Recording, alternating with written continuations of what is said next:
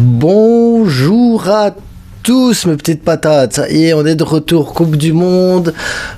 La journée du 26 novembre vient de se terminer les gars, on a le premier qualifié et on a Messi qui sauve l'Argentine, on a un Australie-Tunisie qui était nul à chier et premier goal de Lewandowski dans une Coupe du Monde, on en parle tout de suite.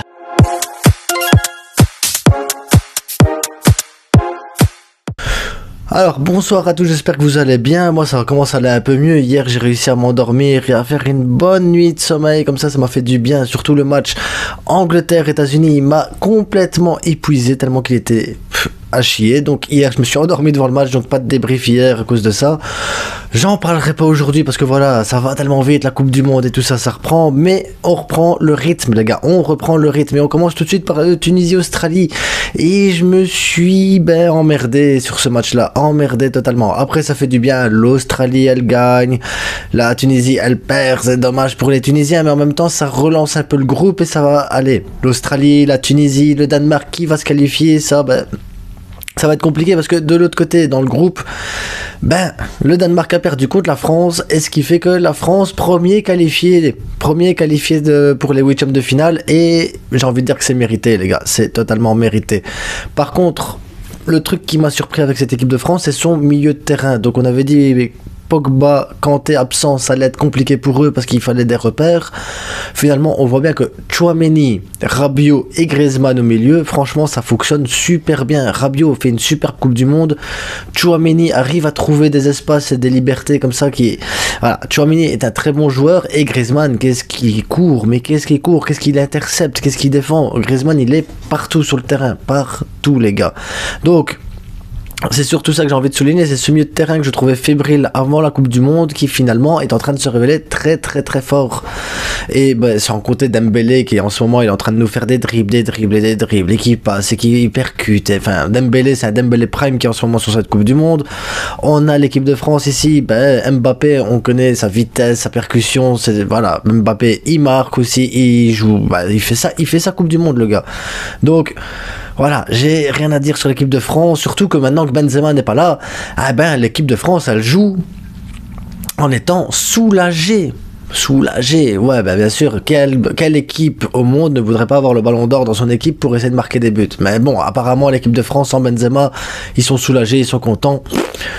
Moi, j'y crois pas trop à cette information, mais bon, peu importe, on va dire que c'est vrai. Allez, stop.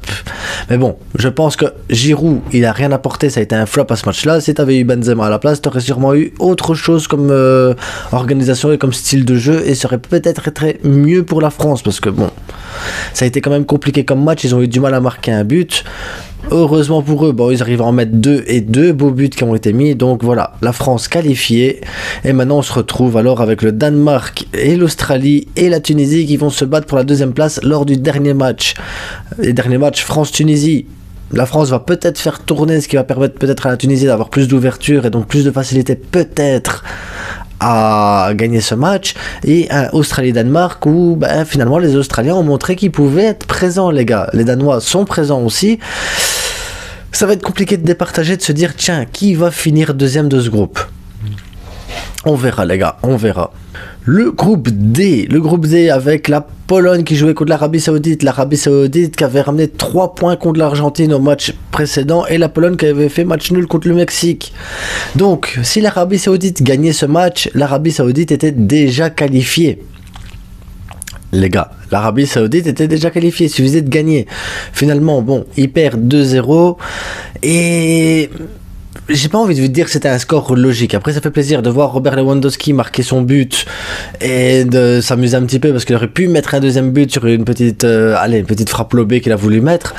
Après, l'Arabie Saoudite a montré des belles choses. Moi, ici, très franchement, le Mexique, ils auraient dû faire le match nul contre l'Argentine ici pour pouvoir justement se libérer de ce dernier match. Parce que l'Arabie Saoudite, il faut se les taper, les gars. Parce que la Pologne, elle a eu du mal contre l'Arabie Saoudite. Et l'Arabie Saoudite a eu des occasions, a eu des frappes, a proposé du jeu, du très beau jeu, très belle Arabie Saoudite qu'on a ici. Donc, là, la Pologne, elle vient de gagner, ce qui fait que la Pologne, finalement, elle est première avec 4 points. Donc, la Pologne, ici, va jouer contre l'Argentine son dernier match. La Pologne, un match nul ou une victoire suffit pour se qualifier. Un match nul, les gars, suffit pour se qualifier. Donc imaginez bien le dernier match contre l'Argentine. Un match nul, la Pologne se qualifie. Ça veut dire que l'Argentine, eux, par contre, avec un match nul, ils doivent espérer que ce soit le Mexique qui gagne. Et après, il y a les goal average et tout ça qui rentre en compte. Mais ça va être un match très très disputé. Ici, l'Argentine qui a eu déjà beaucoup de mal contre le Mexique. Et oui, ils ont eu beaucoup de mal contre le Mexique. Il a fallu que Messi nous donne un but, mais sorti de nulle part, les gars. Parce que je crois que sa première vraie frappe dans le jeu où il trouve un peu d'espace pour frapper. Il la met bien. Vraiment un superbe but de Messi qui sauve l'Argentine une nouvelle fois. Si Messi n'est pas là, c'est compliqué pour l'Argentine de mettre des buts ou d'avoir des bonnes occasions.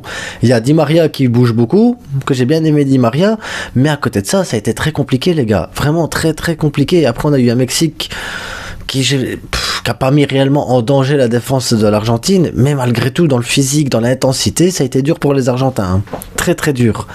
Maintenant, j'ai bien aimé Enzo. Le petit Enzo là qui a marqué le deuxième but, et j'ai presque envie de... Si Xavi regarde la vidéo, Xavi pense que Enzo il peut jouer à la place de Busquets. C'est un gamin très très intéressant, Xavi. Très très intéressant. Le gars il s'est frappé, il s'est dribblé, il sait défendre.